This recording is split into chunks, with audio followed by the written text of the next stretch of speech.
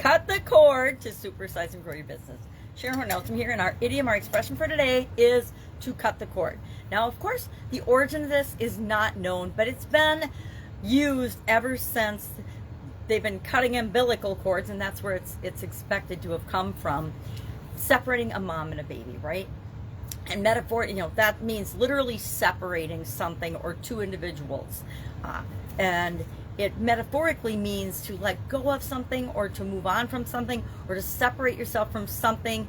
Sometimes it's harmful, sometimes it's not, codependent usually, but separating yourself and moving on and doing what's right for you as an individual versus the two of you combined. So whenever we do something different, we go a different way, when we leave people behind, and guess what, if you're growing and building and supersizing your business, everybody isn't going to come along with you. All of your friends, all of your family, some of us, our family is our biggest naysayers until we reach a certain point of success, and then they're all behind us as if they've been behind us 100% of the time, the whole time. And then there's other members of your family that will never understand or get what you do in your life. I mean, even in corporate America, my family didn't understand what I did for work and for a job, even if I explained it to them. So if you're an entrepreneur or starting your own business or building and supersizing your own business, don't expect everybody that you've ever known to understand and get what you're doing.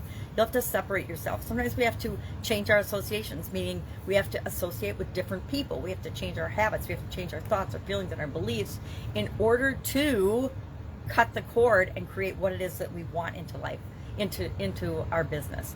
Whenever we're doing anything we want in life that's right for us, some people are going to agree with it, some people aren't. But it doesn't really matter what they think. What matters is what we think, what you think, and what I think about what we're choosing to do. When we choose something different, we're cutting the cord, right? We're cutting the cord from all the other possible choices we could have made. We're separating ourselves from that. That's not a bad thing. It's actually imperative if you want to build and grow and supersize your business. We need to let go of the past and create our future. We have to stop thinking about, focusing on, worrying about the past, because we're not ever going to change it. Nobody is. And figure out, what are we going to do in the present moment to create the future that we want? And finally, the last thought I had on this was, we have to jump out of our comfort zone.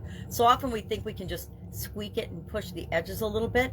And for some people that works. But if you want to supersize your business and create great things and have an impact on the world and on your life and those of you, the life of those you love and care about, you're going to have to jump out of that comfort zone with both feet sometimes as you're growing and building your business.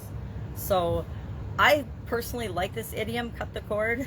I definitely have used it on many an occasion, although I still tend to be a helicopter mom and a helicopter grandma sometimes. So maybe I need to cut the cord when it comes to certain people I love and care about and let them figure it out themselves, although that's really hard to do as a mom and grandma. All right.